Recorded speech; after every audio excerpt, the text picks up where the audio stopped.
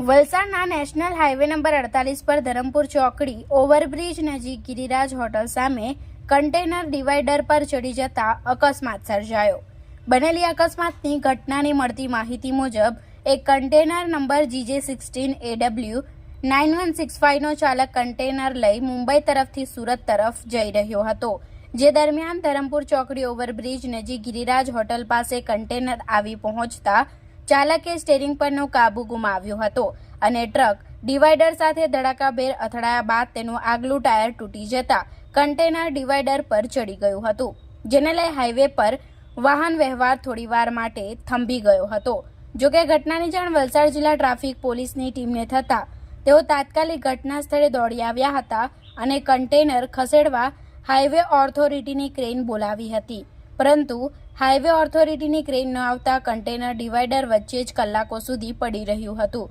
જોકે સૂઝબૂછ દાખવી પોલીસે વાહન વ્યવહાર સામાન્ય કરાવ્યો હતો।